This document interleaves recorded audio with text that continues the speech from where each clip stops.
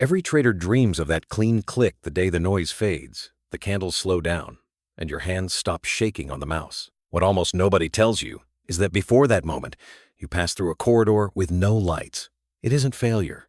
It's the furnace, the place between knowing and becoming, and it forges you quietly. At first, charts feel like a language you can memorize: candles, patterns, confluence, risk to reward. Then, you go live and discover the part no course prepares you for: your physiology, heart rate, breath, dopamine spikes. You don't lack a strategy. You lack an operating system. The next stage isn't about adding indicators. It's about rewriting reflexes. Here's the part no one publishes. In the hidden stage, the market isn't testing your edge. It's testing your relationship with uncertainty. Every exit that's early, every FOMO click, every moved stop, these are not technical errors. They're nervous system habits. And habits don't vanish with lectures. They dissolve with design. You'll be angry. You'll watch price run exactly where you planned after you bailed. You'll flirt with new systems, new mentors, new magic settings. You'll think the game is rigged because your logic and your profit and loss don't correlate yet. That mismatch is the trap. The few who cross this valley don't get smarter entries, they get colder minds. The market is neutral. Your reactions are not. So the question becomes, how do you engineer neutrality on command? This is where the secrets live, not mystical signals, but protocols that convert emotion into execution. Secret 1. The risk thermostat. Most traders set risk. Pros regulate arousal. Before the session, choose your day's maximum physiological load, not just maximum loss. Define one red line. Max daily damage equals 1. 5R to 2R. Hit it. Stop. The point isn't to protect equity.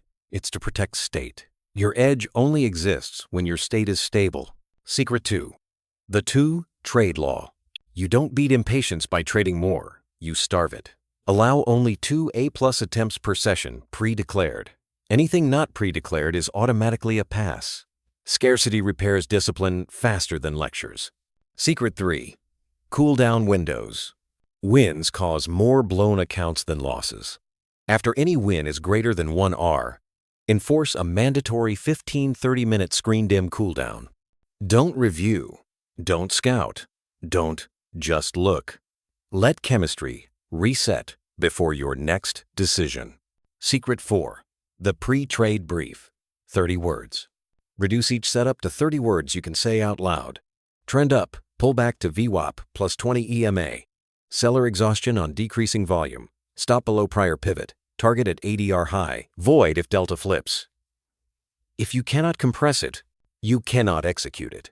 Secret FIM. Single variable tinkering. You change one thing per week. 1. Stop hunting for 4 improvements at once. Adjust only entry timing or stop placement or partials, not all 3. Monotasking is what makes changes measurable. Secrets X. Regime filter. Your strategy does not live in every weather. Decide your green light days. Trend regime when 20 EMA is greater than 50 EMA in both sloping, ATR above 20-day median. Mean. Reversion regime when slope flattens and intraday range compresses. If regime is not equal to strategy, stand down. Mastery is selective aggression. Secret 7. Split reps. Sim for curiosity. Live for discipline. Run 2 tracks. In sim, you over-practice edges, collect reps, try variations, break things on purpose. Live account is sacred. 1 playbook, 1 risk model, no experiments. Curiosity builds skill. Constraint preserves capital. Secret 8. The R multiple ledger plus circuit breaker. Stop counting dollars. Count R track win rate, average win R, average loss R, expectancy, time in trade. When equity curve dips below the 20-trade moving average by more than 3R, trigger a 5-trade micro sabbatical. Reduce size by 50%. Trade only your highest probability setup and journal physiology, not just price. Secret 9. After action review in 5 lines. 1. What was the hypothesis? 2. What invalidated it? 3. Where did my state wobble? 4. What one micro adjustment fixes that wobble? 5. How will I force that adjustment next time? If your review doesn't generate a single enforceable rule, it's entertainment, not improvement. Secret 10. Habit surgery. Cue routine reward. Identify your FOMO cue. For example, one large impulsive candle. Replace the routine, chasing, with a ritual, breath. 4, 7, 8, then checklist. Replace the reward, dopamine from entry, with a tracked metric. I passed a non-A+ setup. Make the pass itself the point system. Discipline sticks when the reward changes. Secret 11. Deliberate practice with replay. Screen record. The next day, mute the profit and loss and replay the session at 2x speed. Pause right before your entries. Would you still click? Did your plan exist before the candle or after? This builds the one thing backtesting can't: entry honesty. Secret 12. Boredom tolerance training. Set a 45-minute no-trade window each session where you only annotate. If X, then Y. Invalid if Z. No entries allowed. You are training to metabolize silence. If you can't sit, you can't see. Some days the breakthrough won't feel like fireworks. It will feel like less urge, less noise. You'll log in, define your regime, mark your levels, take a trade, follow your exits, and close the platform like you're turning off a light. That quiet isn't apathy, it's competence. You'll stop asking, when will I start winning? And start asking, how well did I obey my constraints? You'll realize the scoreboard you needed was never your balance. It was your execution score. 0-10 for plan quality, 0-10 for plan obedience, 0-10 for state stability. A 27/30 losing day beats a 12/30 winning day. This is how professionals decouple identity from outcome. You'll still feel fear and greed. You'll just stop obeying them. You'll recognize the spike of move the stop and answer it with a pre-written script. My stop is information. If it hits, the thesis is wrong. You'll see the temptation to make it back and counter with your circuit breaker. You'll feel the itch to scalp boredom and sit inside it until it dissolves.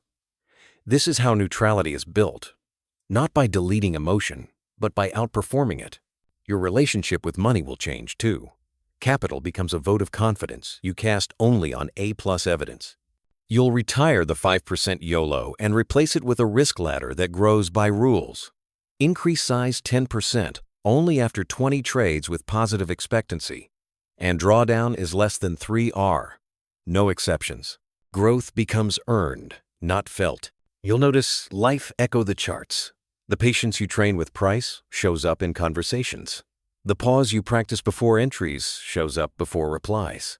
The identity you build calm, selective, rule-bound travels with you. Mastery in one field upgrades the rest. Eventually, you'll see the real turn. You stop needing to trade. You choose to. You can sit flat an entire day and feel zero deficiency. You understand that the opportunity you didn't take was not lost. It was banked as future clarity. The market rewards that energy. Less forcing, more alignment. Fewer swings, deeper conviction. This is where compounding truly begins, not just of capital, but of character. Every refusal to chase strengthens the next refusal. Every clean stop strengthens the next clean stop. Every faithful partial strengthens the next. Your decisions stop feeling heroic and start feeling normal. That's the sign you've crossed. And when people ask what changed, you'll smile because the charts didn't. You did. You traded the illusion of control for the practice of control. You replaced the search for certainty with the certainty of your process. You stopped treating trading like a rescue mission and started treating it like a craft. This is the path nobody markets, because it can't be packaged. It's not glamorous. It's checklists, breathwork, hard stops, fewer clicks, and better questions. It's leaving early when you hit your damage limit. It's watching an A set up rip without you and calling it a perfect decision. It's choosing reputation with yourself over stimulation from the screen. You cannot skip this stage. You can only survive it and design it. But if you do, you'll find the thing every trader is actually chasing. Not bigger wins, but smaller swings inside your own head. From that place, profit stops being a pursuit and becomes a byproduct. The market remains what it always was, a mirror. And finally, the reflection staring back at you is someone you can trust,